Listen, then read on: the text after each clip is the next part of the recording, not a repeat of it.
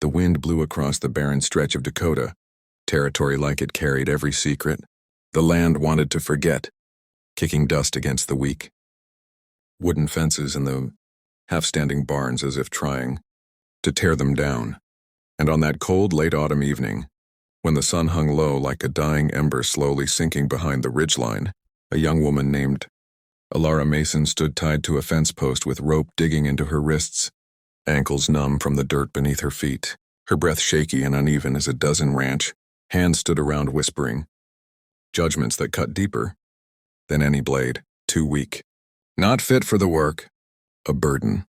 The same cruel mantra that had followed her since childhood, when sickness stole her strength,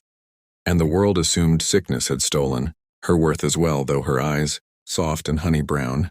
kept silently begging for someone, anyone, to see the fire she still carried underneath her trembling exterior. The men had dragged her from the small bunkhouse that morning after she fainted trying to lift a water barrel, declaring she was dead weight on a ranch where everyone had to pull their share. And the foreman, Griggs, a man with a long scar across his jaw and a heart carved from cold stone, ordered her tied to the fence until she learns what real hardship feels like, saying it with the same casual cruelty one might use to talk about a horse with a limp. And the others didn't stop him, didn't speak for her, didn't even look away. They just let the rope clamp down on her skin, while her heart pounded, with the awful knowledge that she had nowhere else to go. No family left, no money, and no choice but to endure whatever humiliation. Griggs decided to dish out just to buy another night under a roof, though she wondered as the sun sank and shadows crawled across the ranch yard, if even that roof was worth the price of being treated like a stray animal unfit to exist among them. And just when her knees buckled and she thought she might collapse into the dust, a wagon rolled quietly to a stop near the corral, pulled by a dun-colored horse and driven by a broad-shouldered man in a weathered coat whose hat brim hid most of his face, but not his presence, which spread across the yard like a silent command. The ranch hands, loud just moments before, fell into uneasy murmurs as the man stepped down, boots thudding against the dirt with a patience that somehow felt more powerful than any gun, raised in anger. And behind him in the wagon sat two small children, a boy and a girl, close in age, both quiet with wide eyes that studied everything as if they were used to watching instead of speaking, while the man himself, tall with sun-browned skin and hands roughened by years of labor, walked toward the scene without asking permission, without greeting anyone, and every man instinctively moved out of his path, though none seemed to fully understand why except for Griggs, who stepped up with a sneer curling his lip and barked, "This ain't your business." Holt, confirming what the whispers had suggested, the man was Colt Holt,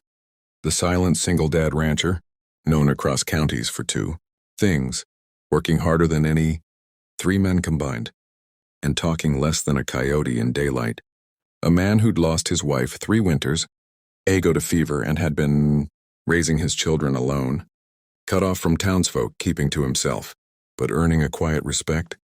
for the way he never asked for help, yet always showed up when others needed him. Colt didn't reply, didn't blink, didn't even look at Griggs as he approached Alara slowly, his gaze fixed on the rope cutting into her wrists, and something inside Alara twisted, because it was the first time in weeks someone had looked at her like she mattered, as if the bruises didn't cover the girl she still hoped to be. And Colt spoke, just one low sentence, rough like gravel but steady. "Untie her." Words so simple yet carrying the weight of a sheriff's order, though he held no badge, and Griggs scoffed, planting his boots wide as if he had to make himself bigger to feel important, snapping back that the girl was his ranch hand, his problem, his responsibility, and she'd stay put until he said otherwise. But Colt finally lifted his gaze then, slow and deliberate, revealing eyes the color of storm clouds rolling over the plains, eyes that warned without raising volume, and though no threat was spoken, every man felt the shift in the air. Still Griggs laughed like a man trying to convince himself he wasn't afraid, insisting the girl was too weak to work anywhere but someone's charity porch, and Alara felt shame flood her face because even though the words were cruel, they echoed the doubts she'd carried all her life, until Colt stepped closer, loosened the knot with one practiced tug, and caught her gently when her legs gave out, his arm firm and steady around her shoulders. not holding her like a burden but like a human being worth protecting, and his voice softened just a fraction when he murmured, "Easy now. You're coming with me." And in that moment, for reasons she didn't yet understand, she let herself lean into him, too exhausted to fight, too stunned to speak, while the ranch hand stood frozen, unsure whether to protest or stay silent, the latter winning out when Colt lifted her in his arms, as if she weighed no more than a sack of feathers, ignoring every mutter and glare as he carried her to the wagon, where his children watched with innocent curiosity. He settled her against a blanket near them, his daughter offering Alara a small tin cup of water without needing to be told, and Colt climbed into the driver's seat, snapping the reins with a final lingering glance back at the men who had tied her there, a look that silently promised, if they came for her, they'd regret it. The wagon rolled away slowly, dust rising behind its wheels as the cold air sharpened into evening, and Alara, aching, bruised, half shivering, stared at Colt Holt's broad back.